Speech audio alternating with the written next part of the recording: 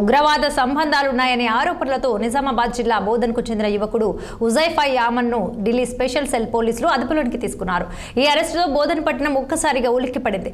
జార్ఖండ్ రాష్ట్రం రాంచీలో బాంబు దాడులకు కుట్రలు చేస్తున్న డానిష్ అనే ఉగ్రవాదిని పోలీసులు ఇటీవలే అరెస్టు చేశారు. అతన్ని విచారిస్తుండగా బోధన్ యువకుడి పేరు బహిర్గతమైంది. ఈ క్రమంలో యామన్ను అరెస్టు చేశారు. ఇక విచారణ నిమిత్తం అతన్ని హస్తనాకు తరలించారు.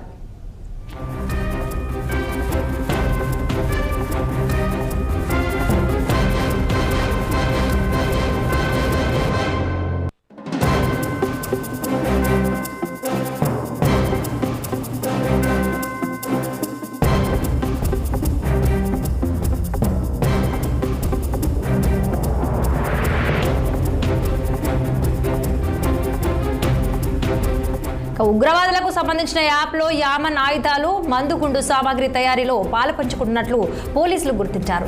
యామన్ నివాసంలో జరిపిన సోదాల్లో పోలీసులు ఒక ఎయిర్ పిస్టల్, కొన్ని బుల్లెట్లు స్వాధీనం చేసుకున్నారు. దీంతో పట్టణంలో ఉగ్రవాద మూలాల కదలికలు ఉన్నాయనే ఆందోళనలు వ్యక్తమవుతున్నాయని చెప్పవచ్చు. ఇక మరోవైపు కేసులో దర్యాప్తు కొనసాగుతుంది. కుటుంబ సభ్యుల వాదనను పోలీసులు పరిగణలోకి తీసుకుంటారా లేదా అనేది వేచి చూడాలి.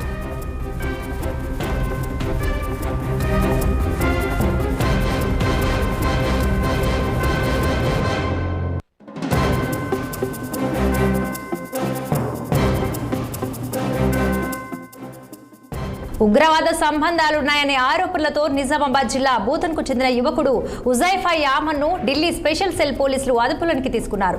ఈ అరెస్టుతో బోధన్ పట్టణం ఒక్కసారిగా ఉలిక్కిపడింది. జార్ఖండ్ రాష్ట్రం రాంచీలో బాంబు దాడులకు కుట్రలు చేస్తున్న డానిష్ అనే ఉగ్రవాదిని ఇక పోలీసులు ఇటీవలే అరెస్టు చేశారు. అతన్ని విచారిస్తుండగా బోధన్ యువకుడి పేరు బహిర్గతమైంది. ఈ క్రమంలో యామన్ను అరెస్టు చేశారు. ఇక విచారణ నిమిత్తం అతన్ని హస్తనాకు తరలించారు. ఉగ్రవాదులకు సంబంధించిన యాప్లో యామన్ ఆయుధాలు, మందుగుండు సామాగ్రి తయారీలో పాలు పంచుకున్నట్లు పోలీసులు గుర్తించారు.